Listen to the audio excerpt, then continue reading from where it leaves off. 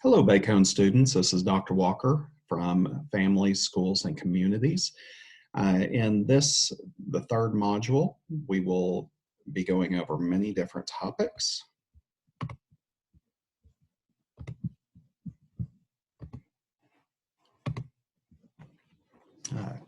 In Module 3, it is Early Childhood Recommendations and Guidelines.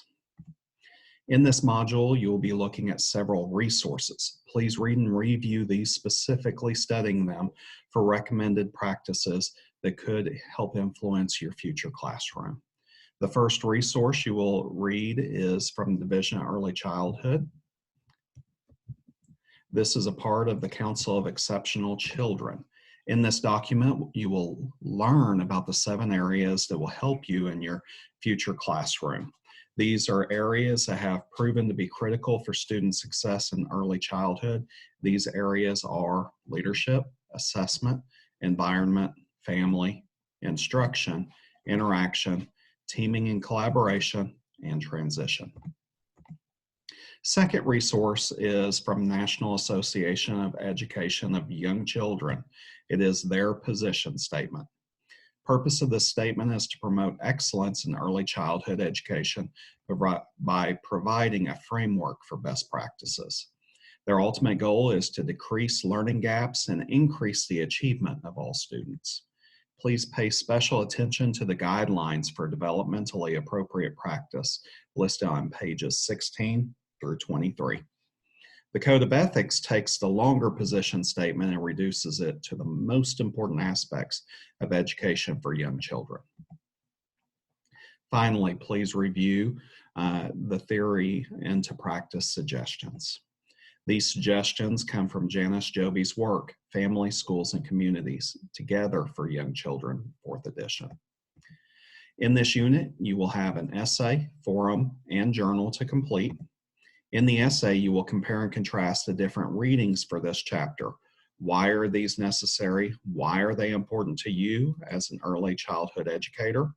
The essay should be typed in Microsoft Word, include a title page, use appropriate citations from this week's reading. The forum, you will use information from one of the sets of principles and respond to at least one of the following comments. My job is to teach the children, not provide a shoulder for parents to cry on. There are not enough hours in the day to plan, implement, and evaluate a family involvement program for my classroom.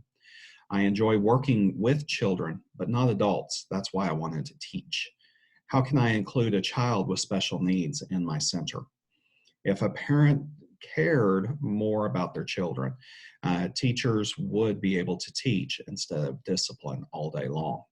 I love to have parent volunteers in my classroom. They are so helpful when I need to have patterns and bulletin boards cut out and prepared. Families need to take care of their own children and not rely on others for help. Finally, in the journal, you will think about one of the comments below. Reflect on what you have learned through this week's reading and assignment. How would you respond, and what would you use to support your response?